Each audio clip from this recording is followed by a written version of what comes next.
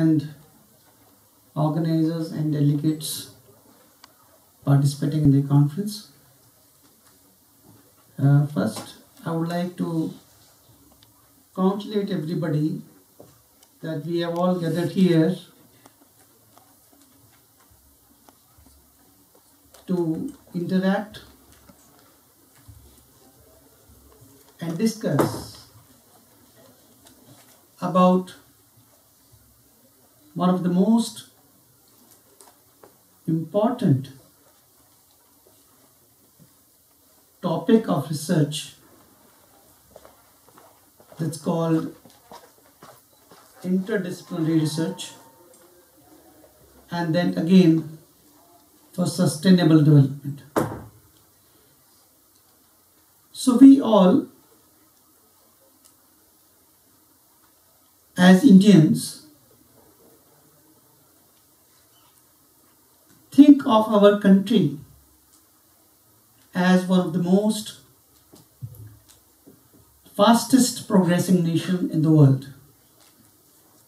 We always view our country to be number one in the world in a very, very near future. But see, when we think so high of our nation, simply thinking that our country is going to become a developed nation and will be counted as the best, most developed country in the world, simply thinking cannot actually make it happen so. For that, it is but natural. We all have to work hard and think about what we need to do in order to achieve this particular objective. Our government, or we say our Honorable Prime Minister of India, Dr. Narendra Modi, he talks of smart cities, he talks about bullet train. See, all these things are going to be an illusion until unless we all get up and carry out what we say, research in that particular direction to make this happen in reality. See, we talk about interdisciplinary research for the simple reason that earlier everybody, whosoever is doing his BTech and then after that he joins his PG program or a PhD program, every time he thinks of a topic which pertains to his discipline and is very focused upon particular his area.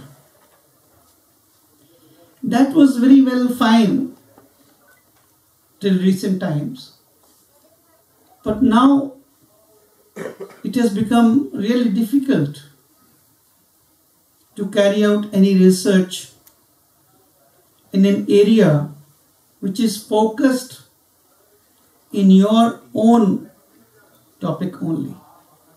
Because, see, like for example, a very small practical example I'll give you. I think lots of us, in fact, every one of us is having a car at home. We drive a vehicle, four vehicle. This car, which was earlier treated as an object, or you can say something of only mechanical engineering domain,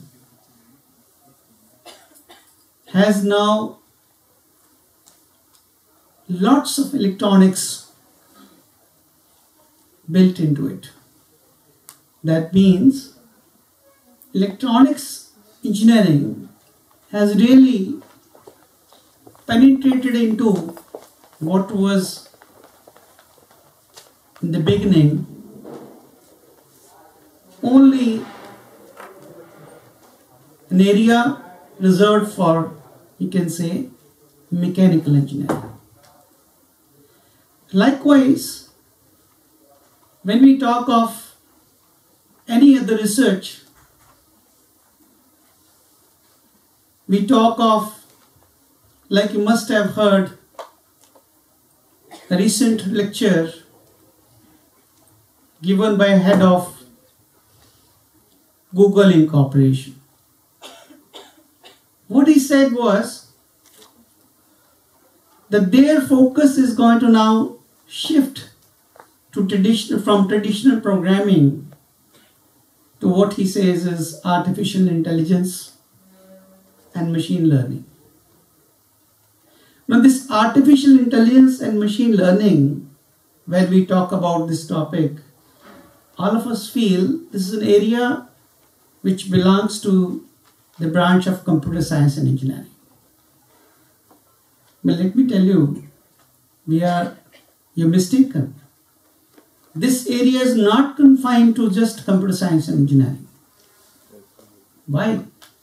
Because this artificial intelligence is going to be introduced in each and every machine. All the machines which were traditionally focused, or you can say they were driven by their own branch, are now going to be incorporating machine learning as well as artificial intelligence. Likewise, we say everything that is built today, like we talk of smart cities, we talk of things like IoT, Internet of Things.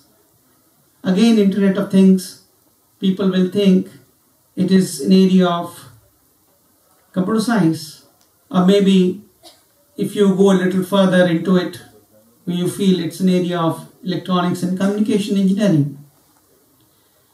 But if you find out, when you go deeper into the topics, you will find out this IoT is not confined to computer science and engineering or electronics and communication engineering.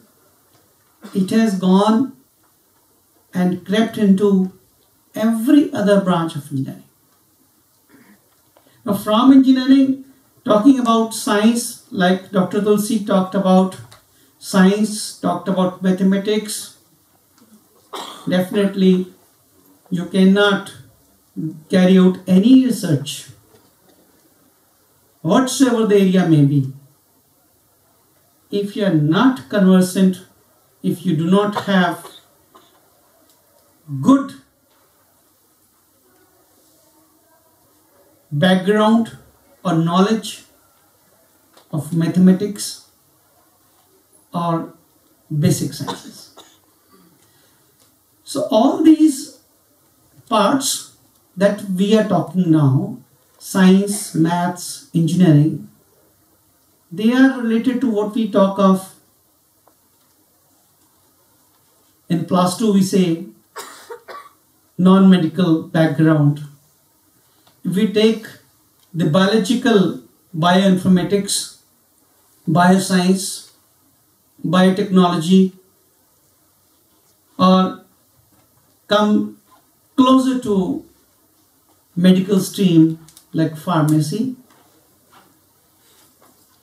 or bioinstrumentation, all these areas you will find that medical fields and non-medical fields both are involved We cannot carry out any such activity in isolation.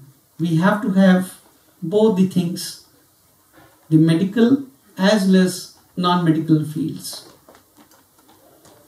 If you switch to topics of arts, for example, we take up economics, we talk about geography, ecology, chemistry. All these are again have to be integrated together if we are to do any meaningful research. So basically, I would like to say the topic chosen for this particular conference, that is interdisciplinary research, is need of the hour. We all need to understand that we cannot confine our study or research to a particular discipline alone. We cannot. That is the reason why, in fact, you must have seen most of the universities, like my own university, Maharaja Ranjit Singh, Punjab Technical University, Batinda. Lately, they have switched on to choice-based credit system. In that, what they have introduced is, of course, they are core subjects, means related to a particular branch. But there are lots and lots of what we say electives. The elective courses are not necessarily from that very discipline. They incorporate areas of all other disciplines also. And then there is another concept introduced which we all know as what is called free elective.